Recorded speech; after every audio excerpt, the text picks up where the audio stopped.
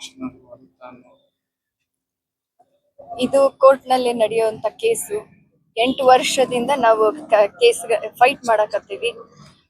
ಈಗ ಸಾಕಷ್ಟು ಭರವಸೆ ನಮ್ಮ ನ್ಯಾಯಾಂಗದ ಮೇಲೂ ಐತಿ, ನಮ್ಮ ದೇವ್ರ ಮೇಲೂ ಐತಿ, ನಮ್ಮ ಪಕ್ಷದ ಮೇಲೂ ಐತಿ, ನಮ್ಮ ಏನು 71 ಮತಕ್ಷೇತ್ರದ ಎಲ್ಲ ಬಾಂಧವರ ಮೇಲೆ ನಮಗೆ ಬಹಳಷ್ಟು ನಂಬಿಕೆ ಐತಿ. ಅವರು ಕ್ಲೀನ್ ಚಿಟ್ ತಗೊಂಡು ಹೊರಗೆ ಬರ್ತಾರ ಅಂತ ಹೇಳಿ. ಏನು ಅಭಿವೃದ್ಧಿ ಕಾರ್ಯಕ್ರಮ ಅಂತೂ ಯಾವಾಗೂ ನಿಂತಿಲ್ಲ.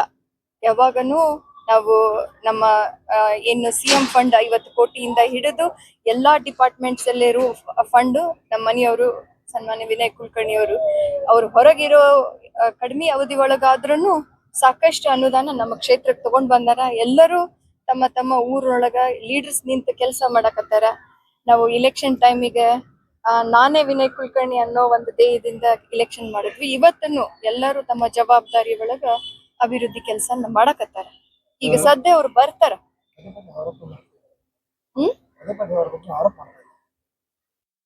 10 ವರ್ಷದಿಂದ ಒಂದೇ ಆರೋಪ ಅಲ್ರಿ, ಇನ್ನೊಂದೇನು ಹೊಸದ ಆರೋಪ ಐತಿ? ಅದನ್ನ ಬಿಟ್ಟು ಬೇರೆ ಏನಾರ ಐತಿ? ಅಭಿವೃದ್ಧಿ ಬಗ್ಗೆ ಯಾರು ಮಾತಾಡ್ತಾರ? ಈಗ ಮಾತಾಡಕ್ ಸಾಕಷ್ಟು ಅದಾವ. ನರೇಗಾ ಐತಿ, ಸದ್ಯದಾಗ ನೀಟ್ ಐತಿ, ಅವ್ರ ಬಗ್ಗೆ ಯಾರು ಮಾತಾಡಂಗಿಲ್ಲ. ವಿನಯ್ ಕುಲಕರ್ಣಿ ಅವ್ರು ಬೇಕು ಹುಬ್ಳಿ ಧಾರವಾಡದೊಳಗ ಟಾರ್ಗೆಟ್ ಮಾಡಕ್. ಅದನ್ ಬಿಟ್ಟು ಬೇರೆ ಯಾವ್ದು ಅವ್ರ ಮೇಲೆ ಅಪವಾದನ ಇಲ್ಲ, ಆರೋಪನೂ ಇಲ್ಲ.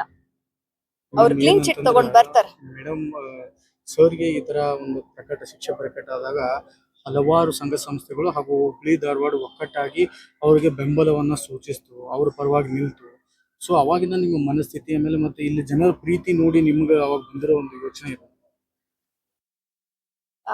ಆಬ್ವಿಯಸ್ ಅಲ್ರಿ. ಈಗ ಕನ್ವಿಕ್ಷನ್ ಸ್ಟೇಟ್ಮೆಂಟ್ ಬಂದಾಗ, ಅದು ತೀರ್ಮಾನ ಬಂದಾಗ ಬಹಳಷ್ಟು ನಮ್ಮ ಕ್ಷೇತ್ರದವರಾಗಿರ್ಲಿ ನಾವಾಗ್ಲಿ ಬಹಳ ನೊಂದದ್ವಿ.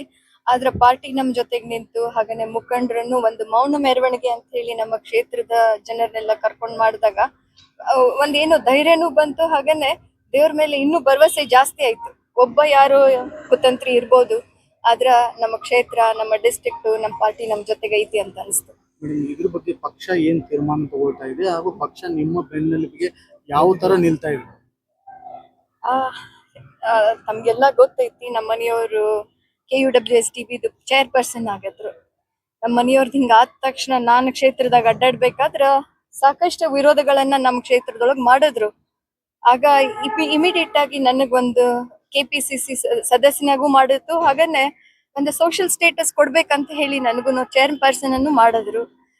ಅದು ಬಹಳ ಧೈರ್ಯ. ಹಾಗೇನೆ ಎಲ್ಲಿನೂ ನಮ್ಮನ್ನ ಬಿಟ್ಟು ಕೊಡ್ಲಿಲ್ಲ. ನಮ್ಮ ಕ್ಷೇತ್ರದವರು ಆಯ್ತು, ನಮ್ಮ ಪಾರ್ಟಿನೂ ಆಯ್ತು.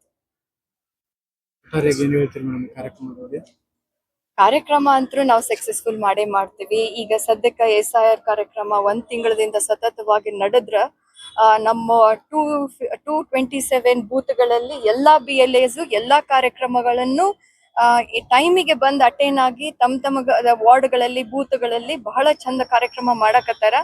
ಇನ್ನು 1ನೇ ತಾರೀಕಿನಿಂದ ಇನ್ನೂ ಕಟ್ಟುನಿಟ್ಟಿನ ಒಂದು ವ್ಯವಸ್ಥೆ ಒಳಗ ಬಹಳಷ್ಟು ನೀಟಾಗಿ ಮಾಡ್ತೀವಿ.